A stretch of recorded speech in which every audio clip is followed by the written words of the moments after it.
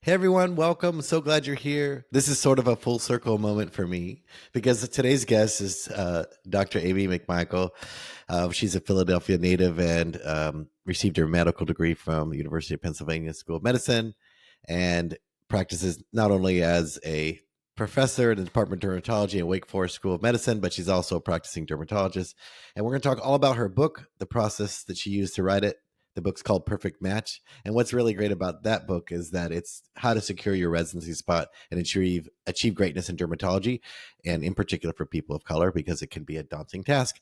And I'm really glad that you're here because you first heard about me and connected with me by listening to my podcast. And so it's really great that you're actually here on the show. Welcome, Amy. Thank you so much, Azul. It is my absolute pleasure to be here. I never thought, when I was listening to your podcast, during COVID, that this moment would come, so this is really fun. Yeah. No, I remember us talking and you were really like, I want to do this. And when I looked at your schedule and what you do, I was like, how is this woman going to write a book? Like she writes, I don't know how many papers a year, travels to conferences, doing rotations, teaching students. It's so much. So that was my thing that really struck me when you're like, yeah, I really want to write this book. And you had all these things to do. How did you find time in your schedule? Because when people tell me one of their biggest worries is I don't have time. I always think of you. I'm like, time isn't your problem. What was it for you that made it work? How did you find the time to fit this in, and why write a book now? Yeah, so I'll take the time question first. So I think, I did try to start with the community. I did try to start with the 90 days for $90 because I was like, Yeah. well, that's not very much. I can afford that. And let me try that. But then I realized that my time didn't necessarily jive with what was scheduled. So I thought, oh, this is maybe not going to work. And, but I just was so enamored by the people that you had on the show and their journeys that I said, this is where I really want to be. I want to write a book. It was a goal that I'd had as a kid. Of course, I have textbooks that I've helped edit and write, but it's a little different. And I really wanted to write something that people would just be able to take to their heart and just say, oh, this is what I need. Let me get this book, and it's going to help me in my journey. And so I think I reached out to you and you said, okay, I see what you're up against, and I don't think it's going to work unless I have you as a I can coach you as a person who's going to write. So I think that the coaching was really what I needed. I needed somebody to sort of set out some programmatic things for me to how to think about what I was doing. Of course, I started this book, I don't know, 10 times over the last 10 years and never went anywhere. Maybe I had a page or two, but there was no direction, there was no purpose, there was no necessarily person to whom I was writing. And I think you helped clarify all that. And once that was clarified, it certainly made it a lot easier. It wasn't easy, but it made it easier. Right. And I think you can correct me if I'm wrong. I haven't written a ton of academic papers, but academic writing is so different than book writing because it's a different audience. It's for a different purpose. And that first part is like finding your own voice, not the clinician or the doctor or the professor's voice, but like what's Amy's voice. That does take a minute, and I often encourage people to write through their story, like who they are in this book. And it can feel like, what am I writing this for? But I think in that is when I discovered you really had a really funny narrative voice about how you teach people. And I mean, I would be honest, you're very direct. You don't play games, but you're very funny. You're very humorous. And I was happy when I felt the joyful spark of like humor or the nuances of how your tone came out in this book. How was it for you moving from academic writing towards more of a book oriented It style was writing? really pretty difficult at first. I mean, I've always loved creative writing, but I just haven't had a chance to do it. I was thinking about it in preparation for this interview. My sister and I, when we were growing up, there was TV, but people didn't watch so much TV as they do now, and there certainly wasn't all this online stuff. So we would write poems and songs and stories and books, and we filled books and books and books, in the summers particularly. So it was always something that was sort of, a fun thing for me, like a pastime, if you will. But once you get into medical school and residency and your actual job, you kind of put things aside and your families, those take precedent. So when we started working together, I really had to stop and think about, okay, I'm not trying to, prove a hypothesis, I'm not trying to Right. get to this point of, okay, this medication works in these people for these reasons. It was more about what is the person, and you always talk about this avatar that we have to have in our brain. What is this avatar, this person who we're speaking to, really want or need to know? And so that I had to keep reminding myself, and I think you reminded me a few times as well, that I needed to really speak to that person, and what tone does that person need to hear, what words does that person need to hear. And it was, certainly changing how I wrote. And even in the editing process, I think the editing, which we can talk about later, after the book was pretty much written, that helped, the editors helped me also soften the tone a little bit. So I think there were certainly different parts where I had to change and think about, okay, who am I speaking to? What do I really want to say? And I think one of the things that really was the most interesting to me was that I didn't have to write things in order. I think that sort of broke loose a whole new mindset for me, in terms of how to think about writing, because you always think, okay, you start at the introduction and you write the chapters, or at least you have all of them laid out. You may not write them all at the same time, but you said, no, just write, get your pieces, get your pieces together. We did a little exercise about what the pieces were going to be, and you can write the pieces that you want to write when you want to write them. And sometimes I would write on a plane. Sometimes I would write late at night, if everyone else was in the bed. Sometimes I would write on weekends. Sometimes I'd write on vacation. So I just, slipped it in there whenever I could. And certain times one of the topics spoke to me more, and that was the the one I wrote about at that point. Yeah. I try to, I wish I would have known this when I was writing my thesis and things like that, because I did write, word one in order of everything, every chapter. And I didn't, and there was parts I would get stuck for months sometimes, like, ugh. And it really was, I just didn't want to write that right now. And instead of letting go and moving around, I just prolonged the process. And I discovered from my students when I was a teacher that they were really happy when I didn't make them have to write what I thought they should write then. And they said, well, if I can pick this other thing now, I'll write that later. I said, that sounds great. And I thought, why don't we do that as, authors? Why don't we just move around? And I always say, write where your energy takes you that day, because sometimes that can inform your book. It can, I think it kind of did in some ways. It gave you a sense of your avatar when you're like, I'm going to write to this person. And you're like, no, that's not who needs this. That person has their stuff together. I need to write the person who doesn't. And that changes your perspective just ever so slightly.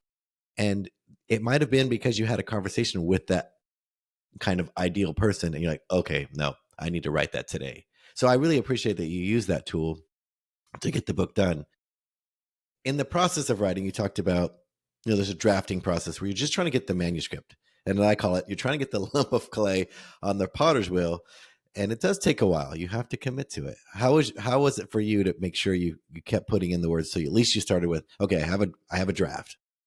Yeah, well, that was hard too. I first started out writing by hand because that was what I felt more comfortable with. And, it was taking a while. You were like, well, just let it flow, write however you want, and because you were telling me about these different things you could use to write and how you could do it, and, you know, Microsoft and all this other stuff. And I was just like, oh, this sounds like a lot. So I just wrote it by hand. And then that was becoming kind of problematic because then I had to retype it all later. Yeah. So then you were like, okay, well, you can use this function, in Word, and you can speak. And so I did that for a while, and that was fun. I had to go back and check for typos. And then after a while, it just became kind of natural to type it in. And so, Yeah. unless I was on a plane where I really don't like to take my computer out and I'd have to write longhand, I did a lot of it, probably the second half, with just typing. So that was sort of the logistics of it. But in terms of getting my head around it, I think I started getting my voice as I started thinking of more scenarios. I think that I think about these students and how I interact with them. These people who are trying to apply to very competitive residencies and trying to put their best foot forward. And so I was trying to think of good experiences and bad experiences, sort of medium or mediocre experiences, And I think that when I talk to my students and I give them all these sort of words of wisdom, I use a lot of those scenarios. And so I said, well, that's what we need to put in that book. And I think they started to flow a little bit better towards the end because my mind was sort of keen in on that. Wasn't always thinking about, oh, this is how I talk to people, but it is. It's how I talk to people. I give them the scenarios that I've experienced or witnessed or they've told me about, and that sort of started coming a little bit easier as you write more. Right. Well, as a professor and as a clinician and somebody who supports a lot of this work all over the world, how has this book? I mean, it's not out as the time of this recording, but it will be. But as it's getting closer, and you see the design and the book's interior, you see it all coming together. What's your reaction internally? Like, what's your feeling that you're having as you're waiting for the launch of the book? I'm very excited. It's sort of surreal to think about this book is going to be out in the world. It's like I said, it's what I tell my students all the time. I just had someone email me today about a student who unfortunately didn't match. And he sent me his curriculum vitae, and I looked at it and I said, well, of course you didn't match because this is not set up the way it's supposed to be. So nobody would even ask for you to interview with that CV.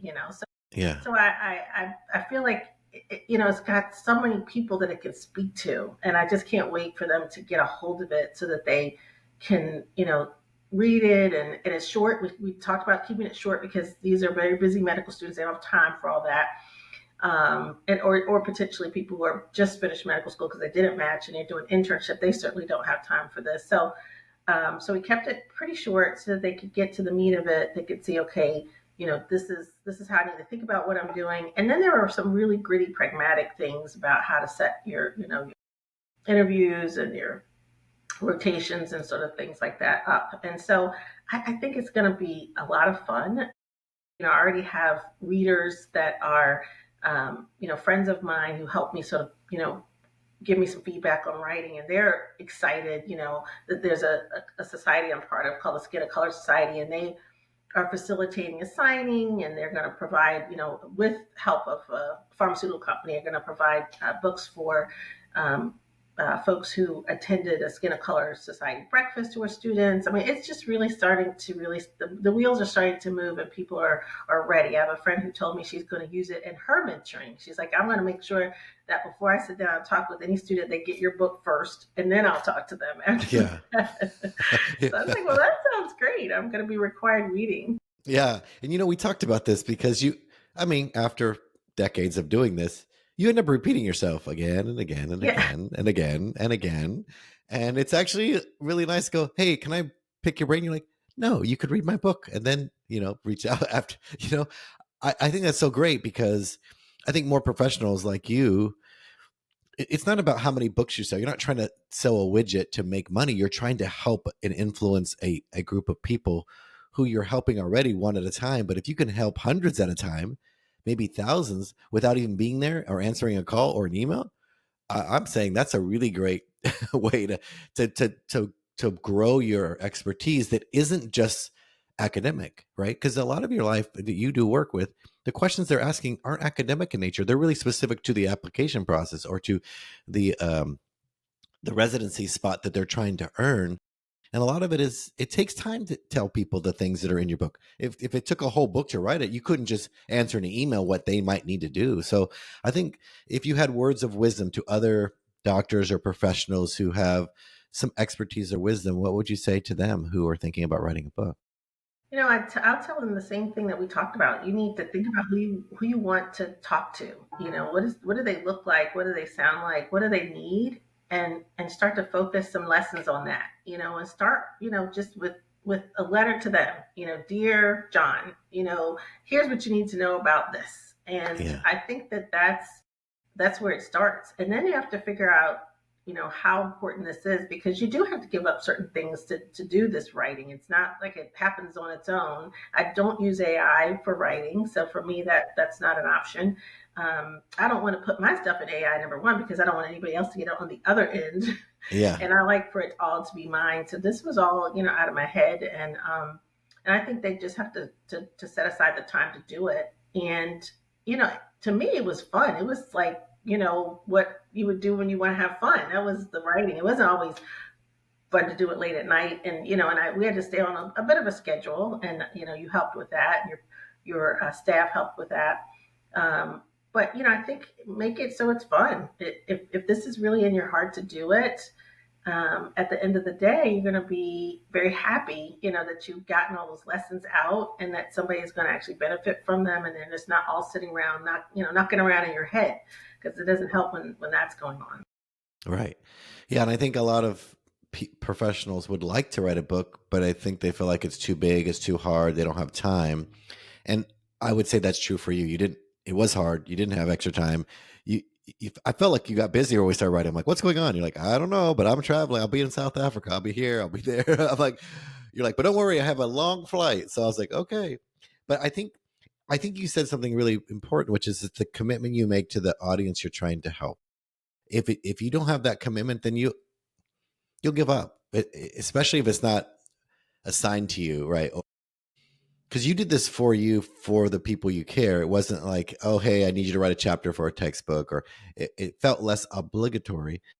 But what I noticed in you is that I did see the spark of joy. You're like, oh, I wrote this. This was fun. Or this activity was fun. Or it made me remind myself about what it was like to be a first year resident, or to be struggling, or what mentorship, how fortunate I've been in my life to have all these mentors. I think it's such a beautiful way to write perfect match, because you're like, this is the benefit that you're giving, paying forward to other people who've served you in the past, which I think is great. Yeah, I mean, I think it's kind of funny. I think back to something that you told me. I was kind of tossing around. Well, do I want to write a memoir? And you were like, well, maybe Michelle Obama could write a memoir, but maybe not Amy McMichael at this moment. And so I took it to heart, and I said, well, but it did turn out to have a lot of elements of my journey, because people Yeah. always ask me about elements to my journey, and so it had that. But it is not a memoir by any stretch of the imagination.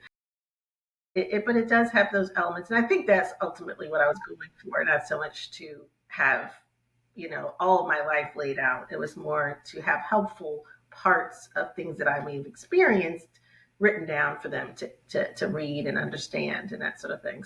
Yeah. So yeah, so I do think that there are times where a memoir is great. I'm reading Anthony Fauci's memoir right now. I love it. It's great. I think he's had like three, but I'm reading the most recent one, and I think that perhaps he has a lot to say about a lot of things. But I think this is a really focused thing, and I think that was a good place for me to start. I'm hoping that this isn't the last thing that a book that I write, Yeah. that is non science based, Yeah. because I think there are more things rolling around in my head that I would like to write about. But I do think that people can focus their thinking around what is it that there is their passion, and this is really my passion. This mentorship thing, this is my passion. This is something that I've been doing since I was a medical student. I always look back and try to help pull the next guy up, and I've tried to put that thought in my children's my children's heads and my residents' heads, that this is not just about you. This whole medical thing is about a group of us trying to be better, do better. And so I think, for that reason, it made this book really important to me to do. Yeah. What I really thought was great is it felt like, because I read it, and obviously I'm not going to medical school, or definitely not into dermatology, but what I found was, I was like, oh, this is like your really cool, successful friend's auntie who's just telling you like it is. And the reason I thought that was great is we wrestled through this, because we're like, wait, who is this? How old is this person? It's not their age, but where are they in life? Well, they finished probably undergrad, they're in their postgrad, they're applying to school. Maybe they matched before, maybe they didn't. Maybe there's no one in their family's ever been to college. Like, they need a lot of prep, right?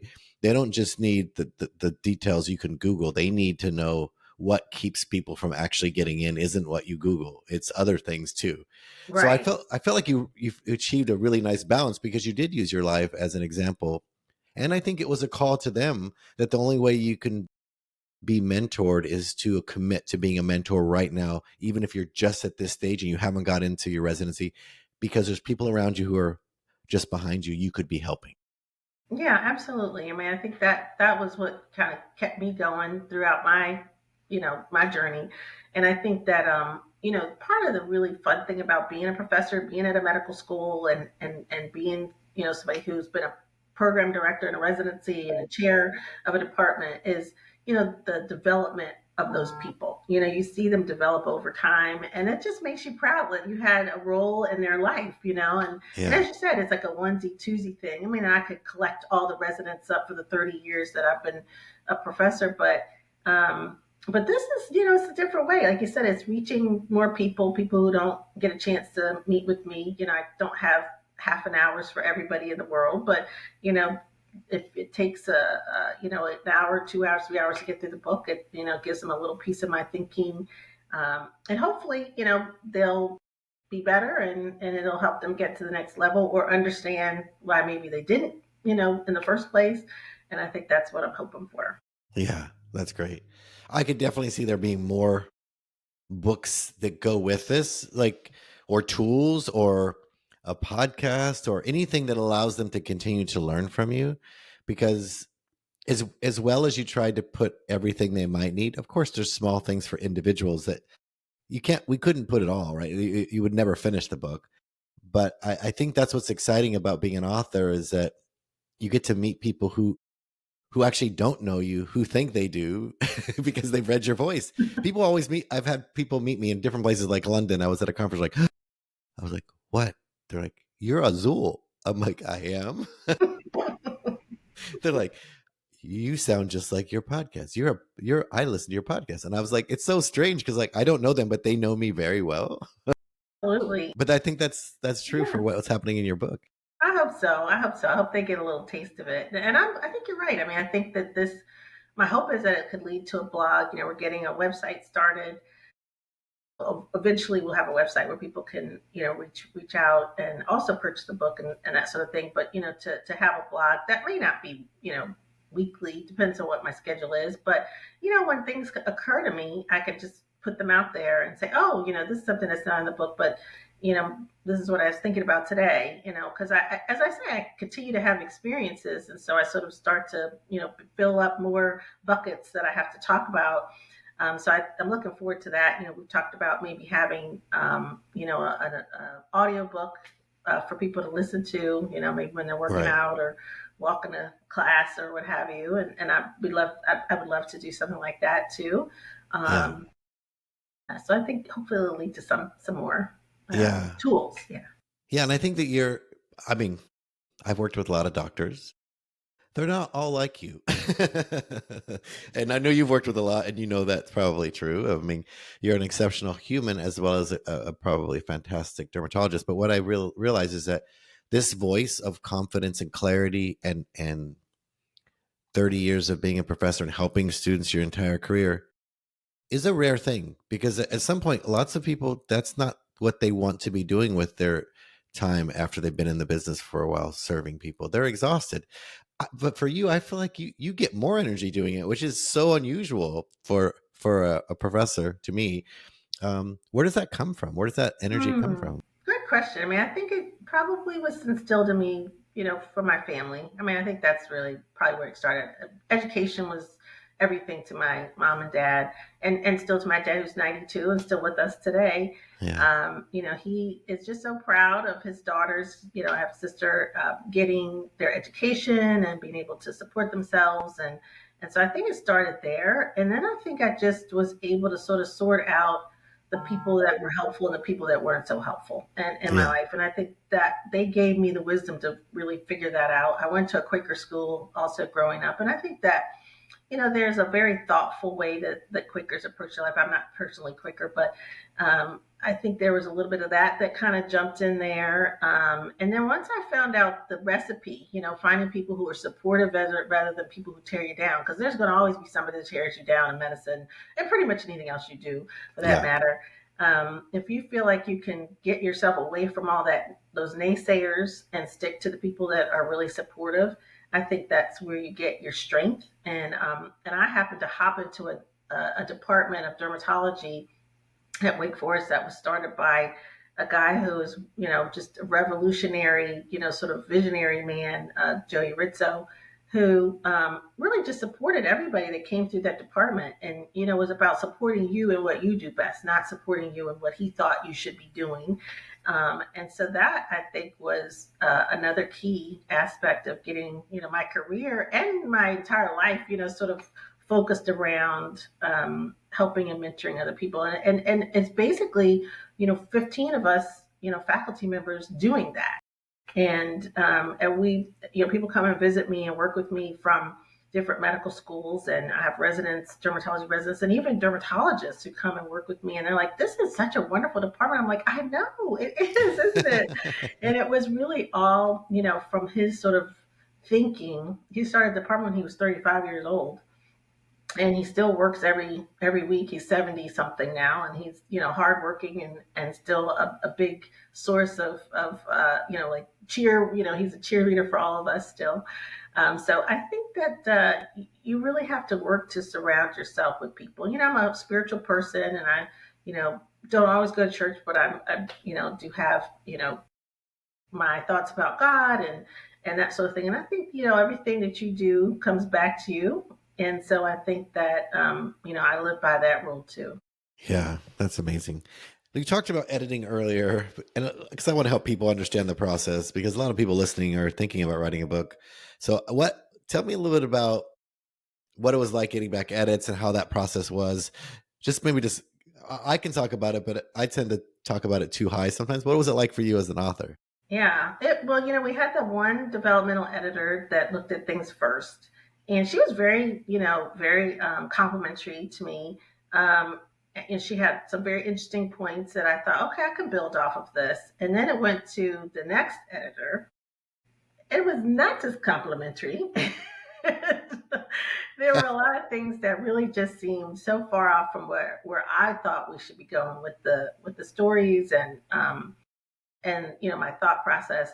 But when you lay it down for a little bit, and obviously sometimes I was laying it down for more than 2 weeks. Usually try to turn around 2-3 weeks, but I was laying it down for a month. It also depended on what I was doing and where I was traveling. But once I picked it back up, it gave me some fresh eyes, and I was able to see that, okay, this person, I see where you're headed. I see why you think that this maybe should be this way, and it helped me to really get into that. But it was a little bit painful because it's your baby.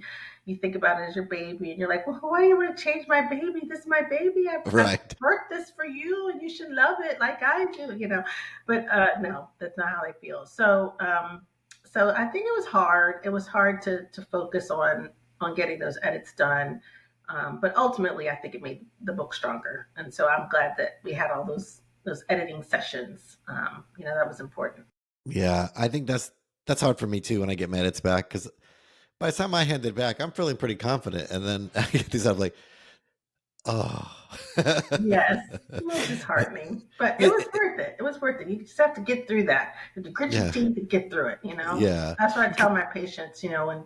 When there's like there's one particular thing that we tell our patients. I'm a dermatologist and I do a lot of hair loss, and so we tell people about this drug called minoxidil. Some people may know it as Rogaine or something, but you can take it as a pill. You can take it as a topical. Anyway, when you start it, it can kind of cause a little shedding, and then people start to freak out because they're like, oh, I went to this dermatologist, told me to use this stuff, and I want to grow my hair, but instead of growing my hair, I'm shedding, but it's just a short, little short course of shedding, and then sort of getting rid of the old hairs as the new hairs are growing in. So I tell my patients, just grit your teeth and get through it. You can do it. Okay.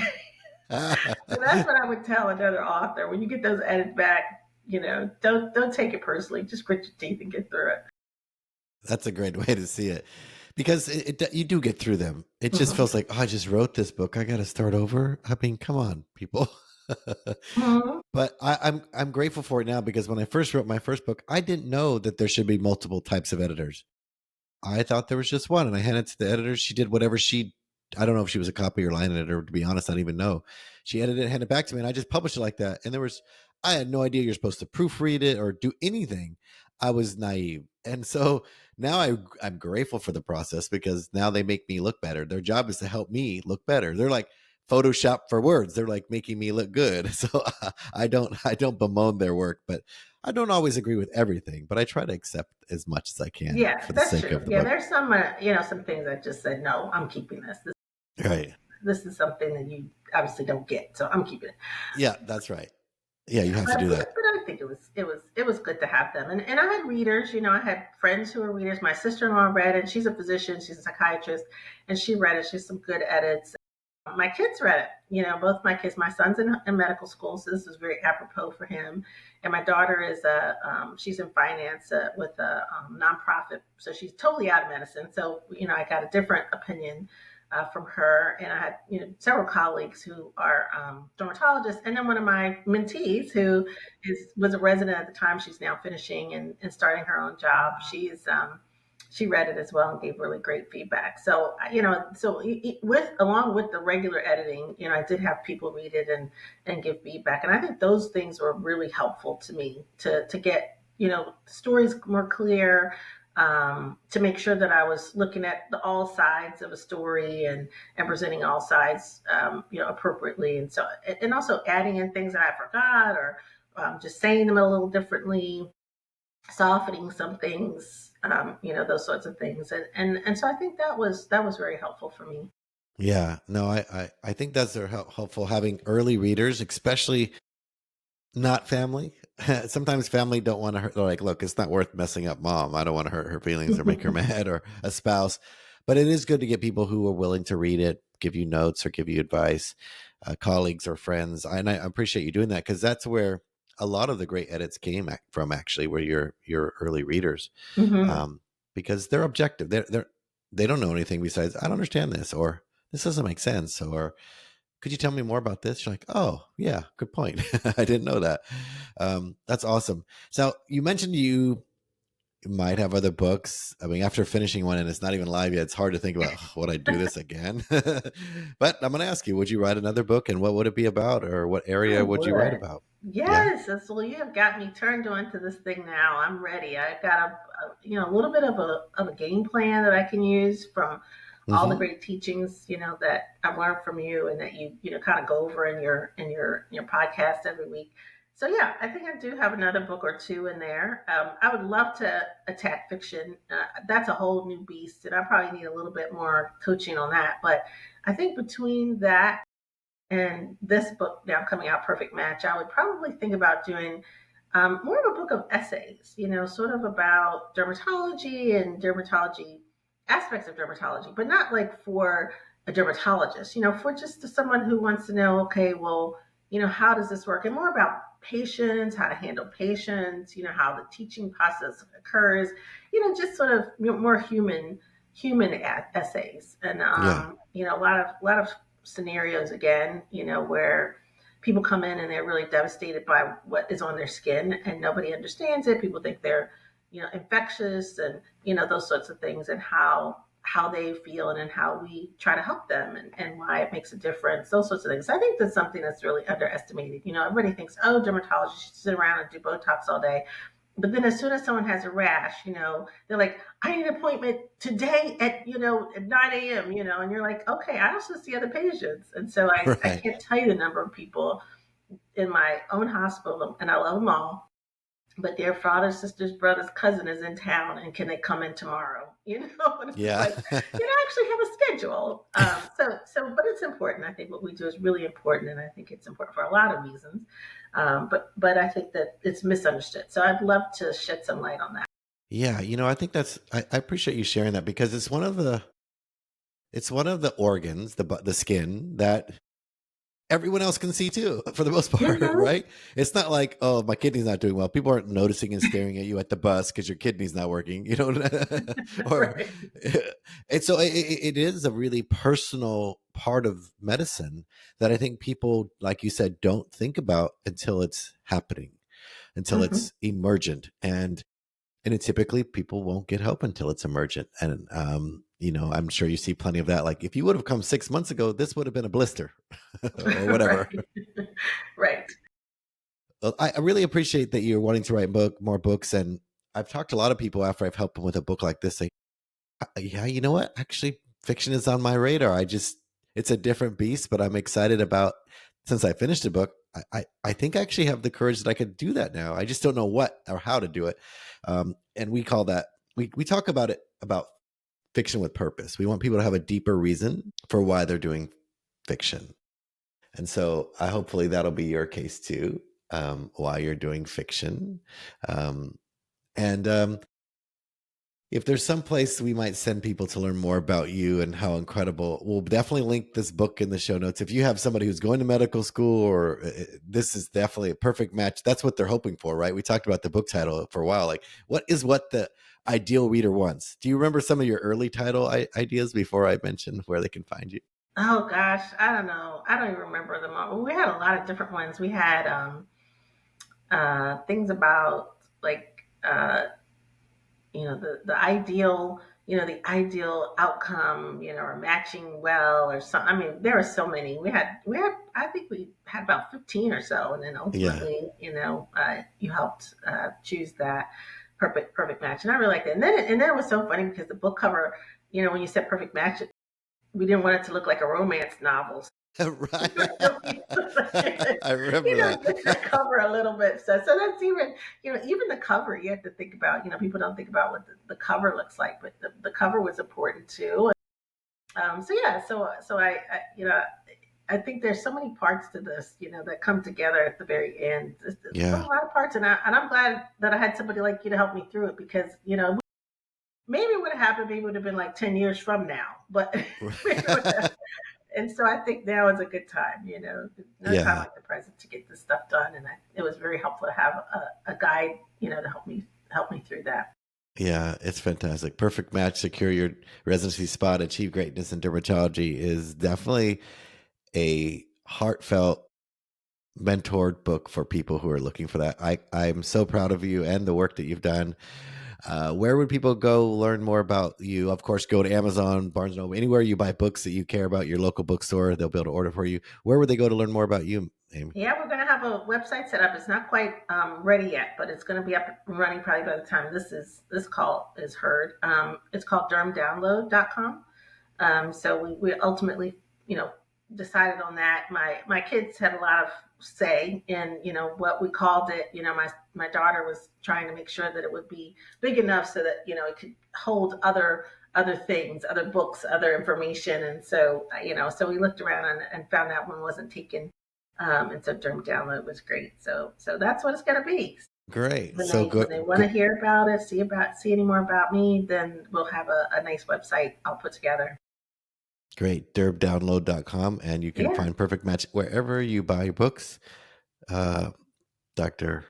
McMichael, thank you so much. It's strange calling you that because I don't think I've called you that since the first day we met. But No, no, you call me Amy, and I that's the call way you, it's supposed to be. yeah. Even in But our department, we call each other by our first names. Our residents should call us by our first names. Some of them do, some of them don't, but we encourage it.